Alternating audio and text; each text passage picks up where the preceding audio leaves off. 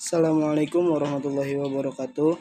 Salam, Om Swastiastu, Namo Buddhaya, salam kebajikan untuk kita semua. Perkenalkan, nama saya Hamzah dengan NIM 111240149. Di sini saya akan melanjutkan mereview materi pertemuan ke-7 hukum internasional. Hukum internasional berkembang melalui beberapa periode historis yang menunjukkan perubahan dan pandangan serta praktik antar negara. Yang pertama yaitu ada masa klasik. Awal mula hukum internasional ditemukan di Mesopotamia melalui traktat antar negara kota. Peradaban seperti Mesir, India, dan seperti konsep perjanjian arbitrase, keadilan, dan kekebalan diplomatik. Yang kedua itu masa pertengahan. Periode ini mengalami kemunduran karena dominasi gereja. Namun, mulai muncul gagasan sekularisasi dan konsep negara berdaulat oleh tokoh-tokoh seperti Machiavelli, Luther, Bodin, dan Gentili. Masa ketiga itu hukum internasional Islam.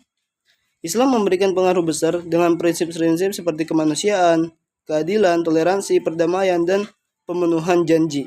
Konsep syiar menjadi dasar hubungan antara negara Islam dan non-Islam, mirip dengan struktur hukum internasional modern.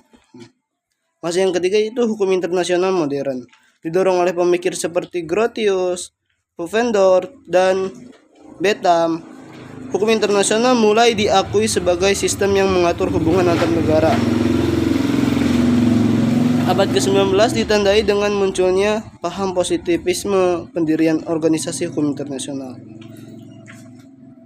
Masa yang kelima yaitu sistem baru pasca Perang Dunia Kedua. Terbentuknya PBB tahun 1945 dan lembaga-lembaga seperti ICJ menandai lahirnya tatanan hukum internasional baru. Berbagai deklarasi memperkuat kerjasama global demi perdamaian. Masa yang keenam yaitu menuju tata pemerintahan global. Masa pasca perang diwarnai oleh Perang Dingin, lahirnya blok-blok politik, serta meningkatkan peran organisasi internasional dan regional. PBB menjadi pusat pembentukan dan pengembangan hukum internasional. Selanjutnya saya akan mereview materi tentang aliran pemikiran. Pertama, aliran pemikiran itu ada naturalis dan positivis. Naturalis itu hukum berasal dari prinsip universal dan hukum Tuhan. Sedangkan positivis yaitu hukum lahir dari kesepakatan antar negara. Subjek hukum selanjutnya itu materi tentang subjek hukum internasional. Adalah entitas yang memiliki hak dan kewajiban menurut hukum internasional. Subjek utamanya adalah negara dengan ciri memiliki wilayah, penduduk, pemerintahan, dan kemampuan menjalin hubungan internasional. Negara memiliki hak atas kedaulatan, pertahanan diri, serta kewajiban menjaga perdamaian dan tidak melakukan intervensi terhadap negara lain.